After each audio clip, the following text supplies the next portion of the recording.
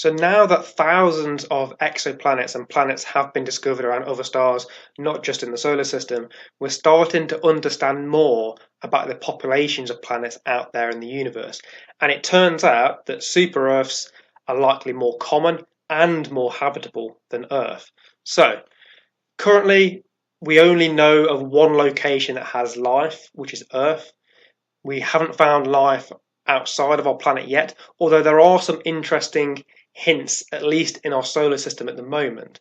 So Saturn's moon Titan has a thick atmosphere. It's obviously quite cool, but there are some interesting and complex organic compounds in its atmosphere that are beneficial to life and might hint towards life either being there or being able to survive there at some point. So there's interesting hints there, at least for Saturn's moon Titan. Similar idea really for Venus. Now, phosphine has been found there in the atmosphere, which can be a byproduct of living things. There are other mechanisms there that can also produce it, but it's at least an interesting hint. There's nothing conclusive there for any of these things in our solar system at the moment, but this is at least going in the right direction. We just don't have the life yet. Mars, again, there's some interesting things happening there. For example, there are some occasional spikes in methane detected in its atmosphere. Now, that obviously could be indicative of life there. It could also just be a normal non-life mechanism that's kind of producing that, maybe a more geological process that's releasing that methane into the atmosphere. But at least it's another interesting hint or clue where we should go looking in our solar system. But at the moment, we only really have the Earth, which we know has life at the moment. Now, when we go to the populations of planets that we've found so far and expect to find in the universe going forward, if we look at terrestrial planets, so these are your rocky planets like the inner planets of our solar system, then if we kind of split that out into three different categories, a land planet, a ocean planet, and one that's more like Earth, that has a mixture of the two, then we kind of look at these sorts of percentages. So if it's a land planet, that is where it's predominantly covered by landmass with very little water, oceans, lakes, things like that, then the majority of the planets are thought to be a land planet, like a rocky surface. That's about 80%. So most of these terrestrial planets are classified as these land planets. And if you then look at the ocean planets or the ocean worlds, about 19% of those are thought to be predominantly covered by liquid water or oceans, or so there'd be an ocean planet, and a very small percentage of those are Earth-like. So only about 1% of the terrestrial planets are expected to have a mixture of land and ocean on the surface similar to Earth. So Earth-like planets are generally quite rare. It's why we're struggling to find the second planet like Earth, or like a Earth's twin out there in the universe, because they're incredibly rare. So let's have a look at super Earths. Now, super Earths, probably fairly obvious really, they're bigger than Earth and they are smaller than the gas giants. So for example, Neptune. They sit in this void between the size of Earth and slightly smaller than Neptune, and they fill that kind of gap there. Now, they can also be called sub-Neptunian planets because they are smaller than Neptune, but they're basically bigger than Earth, smaller than Neptune, and they fill this kind of gap here. So you might be maybe a couple of times the radius of Earth, all the way down to just above the size of Earth is kind of the ideal super Earth, really.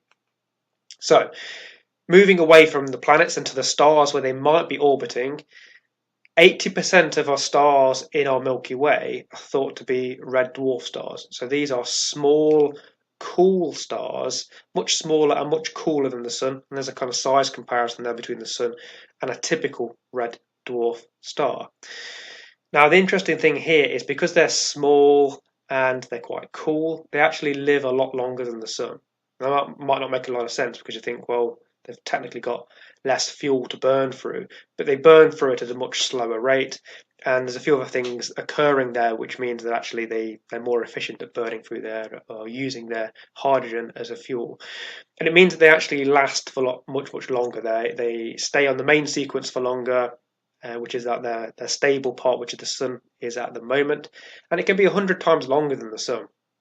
And that's really important actually for long-term habitability of a planet. If the star is stable and remaining at a constant output for much, much longer, it's going to give life a much longer opportunity to get established and actually occur, essentially. Now, super Earths are thought to be more common than Earth-like planets.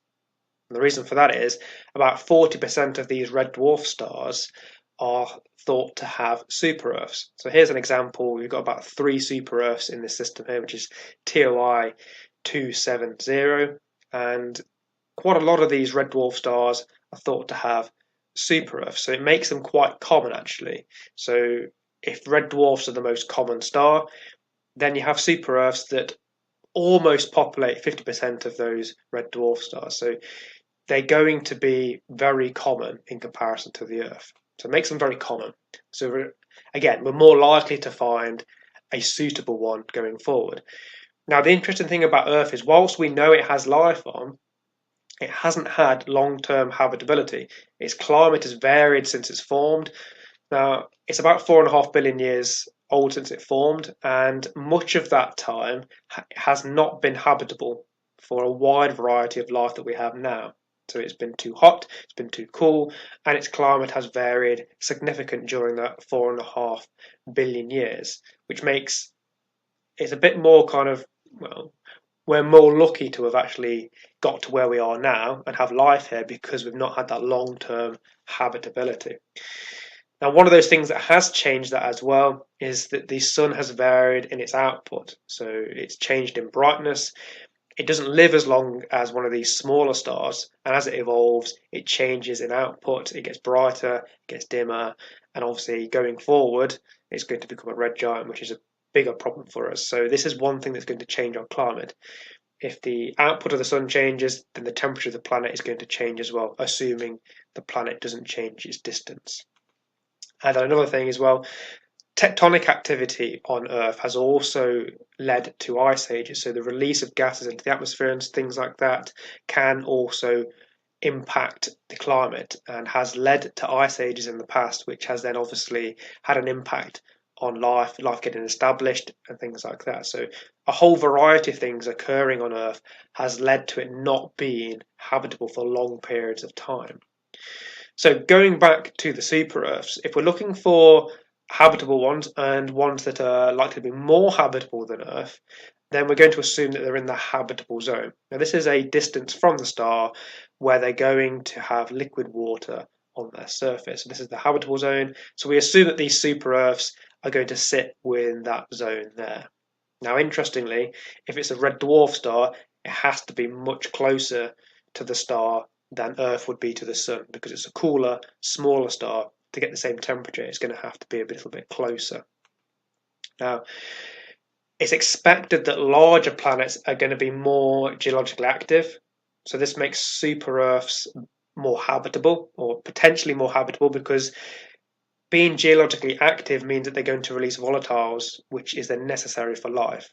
So actually, a planet that is geologically active is actually beneficial for life, and we expect that larger planets will be more geologically active. So that is beneficial actually to be slightly bigger than Earth in that context.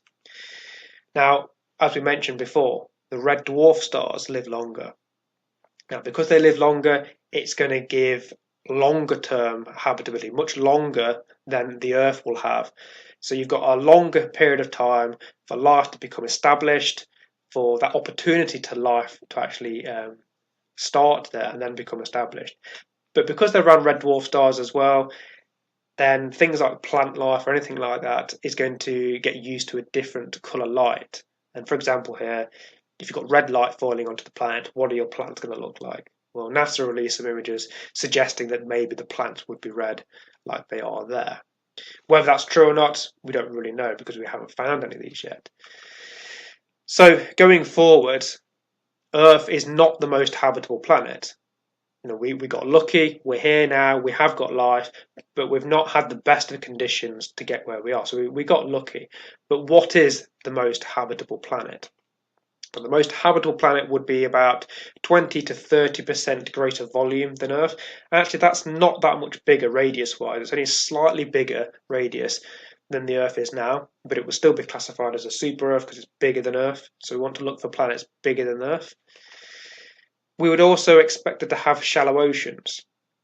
And that would be so that the light can reach the seafloor and stimulate life throughout. So we expect shallow oceans to be beneficial for having this planet. This is classified as the most habitable. So these are key things that we'd look for being the most habitable planet to look for. We'd expect the oceans to be reasonably warm, so 77 degrees Fahrenheit or 25 degrees Celsius. So shallow oceans and an average temperature of about that would be beneficial for life, at least as we know it. And we'd also expect it to have an atmosphere thicker than Earth's. So if it was a slightly larger planet, the actual main planet itself, then it's going to have a larger gravitational field, which would hold onto a larger atmosphere potentially, and that would have a bigger insulating blanket to protect the planet. And that in itself would be quite important because the planet, if it's orbiting a red dwarf, it's going to be quite close. So having a thicker atmosphere when it's closer to its star is going to be important to making it more habitable. We'd expect it to have a strong magnetic field as well. So the magnetic field of Earth protects it from the solar wind. So only those charged particles kind of get diverted around. It's why we have like the northern and southern lights. And we would expect a super Earth to have a strong magnetic field. Now, if it's a bigger planet, it's likely that it would have a stronger magnetic field, which would protect it even more against this stellar wind. And again, if it's close to the star, if it's a red dwarf star, that's going to be very beneficial as well. So, when we're looking for extraterrestrial life, we should probably look for the super Earths instead of exactly Earth-like planets. Because Earth-like planets, one, they're quite rare, and two, they're not necessarily the most habitable planets. These super Earths are more common, and they're more likely to have the right conditions to be habitable for life going forward. So thank you for watching, and if you enjoy, then check out some of the other videos.